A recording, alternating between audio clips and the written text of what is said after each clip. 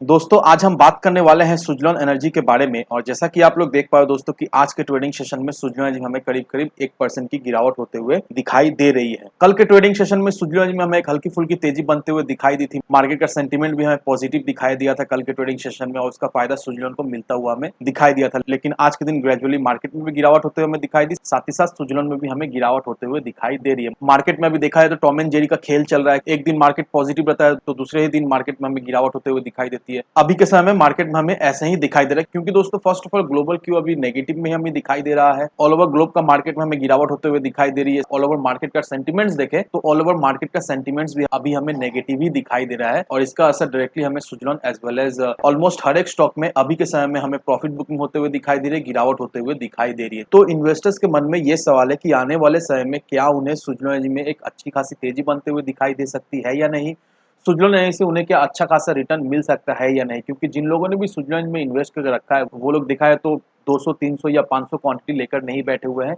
जिन लोगों ने भी सुजलॉन एनर्जी में इन्वेस्ट करके रखा है वो लोग दिखा है तो एक बल्क क्वांटिटी सुजलॉन एनर्जी में खरीद कर रखे हुए हैं, इसी आशा में कि आने वाले समय में सुजलॉन से उन्हें एक अच्छा खासा हैंडसम रिटर्न मिल सकता है। तो क्या इन्वेस्टर्स का जो एक्सपेक्टेशन है सुजलॉन से, आने वाले समय में सुजलॉन उस एक्सपेक्टेशन में खड़ा उतरेगा या नहीं, तो होपफुली दोस्तों इस वीडियो के माध्यम से आपको ये क्लियरिफिकेशन मिल जाएगा। और दोस्तों पिछले कई सारे वीडियो में मैंने आपको बहुत सारे आर्टिकल्स दिखाया रेफरेंस के तौर पर, और उन सारे आर्टिकल में एक चीज कॉमन था कि सुजलॉन एनर्जी अभी के समय में बुलिश है। 2023 का सुजलॉन एनर्जी एक मल्टीबैगर स्टॉक रहने वाला है। कई सारे एक्सपर्ट्स ने सुजलॉन को लेकर अपना ओपिनियन भी इन्वेस्टर्स के सामने रखा, और जितने भी एक्सपर्ट ने जो जो ओपिनियन दिया है वो सारा ओपिनियन देखा है तो हमें पॉजिटिव ही संकेत दे रही थी। लेकिन जैसे ही मार्केट का संतुलन हमें बिगड़ता हुआ दिखाई दिया, उसके साथ साथ सुजलॉन का रैली भी हमें थमता हुआ दिखाई दिया, सुजलॉन में फिर से हमें गिरावट भी होते हुए दिखाई दी। लेकिन दोस्तों आपको ये भी एक चीज का ध्यान रखना है कि 2023 में सुजलॉन एनर्जी का परफॉर्मेंस हमें अच्छा दिखाई देने वाला है, और एज पर एक्सपर्ट्स 2023 का जो सुजलॉन का जो टारगेट रहेगा वो कहीं ना कहीं 20 रुपए के लेवल के इर्द गिर्द सुजलॉन का टारगेट रहने वाला है। तो अगर आप सुजलॉन को लेकर कंसर्न हो कि क्या सुजलॉन एनर्जी में इसी तरह की वॉलिटिलिटी दिखाई देगी, सुजलॉन एनर्जी में आने वाले समय में और भी हमें गिरावट होते हुए दिखाई देगी, तो ये जो भी आपका डर है दोस्तों आपको बिल्कुल ही घबराना है नहीं।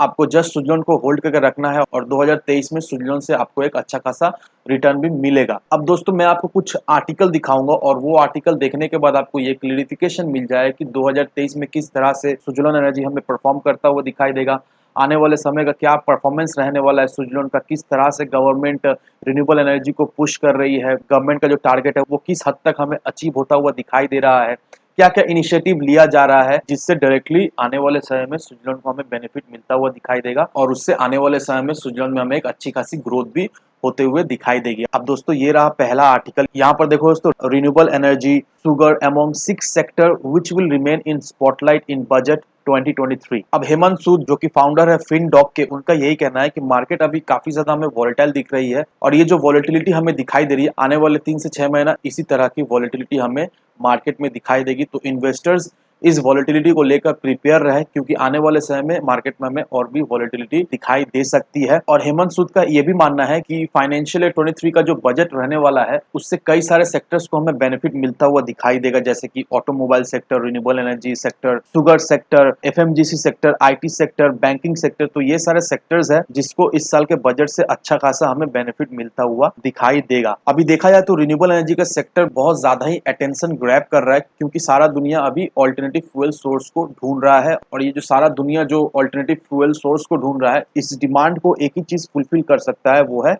Renewable energy. और इसके वजह से रिन्यूएबल एनर्जी देखा जाए तो अभी स्पॉटलाइट में है, और अभी के समय में रिन्यूएबल एनर्जी का जो कैपेसिटी है वो हमें डबल होता हुआ दिखाई दे रहा है इंडिया में, क्योंकि देखा जाए तो इसमें गवर्नमेंट का एक बहुत बड़ा ही सपोर्ट हमें आता हुआ दिखाई दे रहा है। गवर्नमेंट के द्वारा EPC projects as well as energy generation and transmission projects भी आता हुआ हमें दिखाई दे रहा है, और इसके वजह से जो मार्च 2014 में जो एनर्जी जो जनरेट होता था रिन्यूएबल एनर्जी से, वो 76.6 गीगावाट्स का हमें दिखाई दे रहा था। लेकिन दिसंबर 2021 तक ये कैपेसिटी हमें बढ़कर 151.4 गीगावाट तक बढ़ता हुआ दिखाई दे रहा है। और अभी देखा है तो रिन्यूएबल एनर्जी को रैंप अप करने के लिए गवर्नमेंट का बहुत ज्यादा ही एम्बिशियस अभी प्लान है। 2030 तक गवर्नमेंट जो है वो 500 गीगावाट्स का कैपेसिटी बढ़ाकर करना चाहता है। तो आप देख लो दोस्तों, गवर्नमेंट का जो प्लान है वो काफी ज्यादा एम्बिशियस है, और जिस तरह से रिन्यूएबल एनर्जी सेक्टर में हमें ग्रोथ होता हुआ दिखाई दे रहा है, जिस तरह से power transmission as well as नए नए प्रोजेक्ट्स भी आते हुए हमें दिखाई दे रहे हैं, जिससे आने वाले समय में रिन्यूएबल एनर्जी के सेक्टर में हमें एक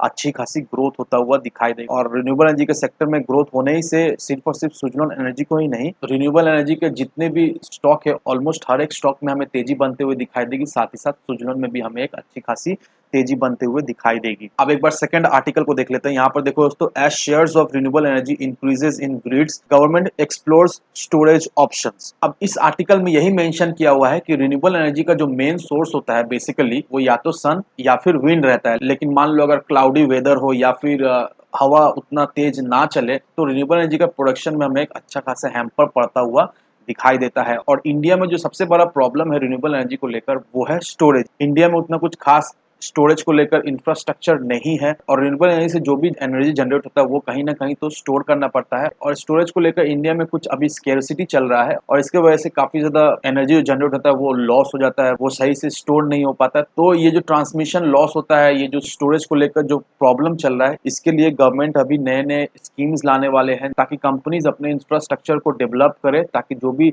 एनर्जी जनरेट होता है वो सही से स्टोर हो और ट्रांसमिशन लॉस ना हो। तो अभी गवर्नमेंट का ये भी एक प्लान है स्टोरेज के ऊपर काम करने के लिए, ताकि सारा चीजें जो है वो एफिशिएंटली काम करे और जो भी दिक्कत आ रही है इस इंडस्ट्री में वो जल्द से जल्द रिजॉल्व हो जाए, ताकि गवर्नमेंट का जो प्लान है वो जल्द से जल्द अचीव हो। और अगर आप यहाँ पर इस चार्ट को देखोगे दोस्तों, तो यहाँ पर देखो दोस्तों, विंड एनर्जी जो है वो सेकंड लार्जेस्ट सोर्स है इलेक्ट्रिसिटी का। यहाँ पर देखो दोस्तों, जो विंड एनर्जी का जो मार्केट कैप है वो हमें 26.8% का दिखाई दे रहा है। तो विंड एनर्जी का देखा जाए तो एक बहुत ही बड़ा मार्केट है इंडिया में और धीरे धीरे करके इसे, लेकिन अभी सभी लोग इसे अपना रहे हैं। और जिस तरह से गवर्नमेंट रिन्यूएबल एनर्जी को पुश कर रही है, नो डाउट दोस्तों, ये जो अभी सेकंड पोजीशन जो होल्ड कर रहा है इसे फर्स्ट पोजीशन होल्ड करने में ज्यादा समय नहीं लगने वाला है। अब अगर हम लोग सुजलॉन एनर्जी की तरफ जाए तो इंडिया में देखा है तो सुजलॉन एनर्जी का मार्केट अच्छा खासा है। बड़े बड़े कंपनी से सुजलॉन एनर्जी को ऑर्डर्स मिलता है, सुजलॉन एनर्जी उस ऑर्डर को फुलफिल करता है। सर्विसिंग बिजनेस भी सुजलॉन एनर्जी का अच्छा खासा हमें चलते हुए दिखाई दे रहा है। और अभी देखा है तो धीरे धीरे करके ही सही, लेकिन सुजलॉन एनर्जी का बैलेंस शीट भी हमें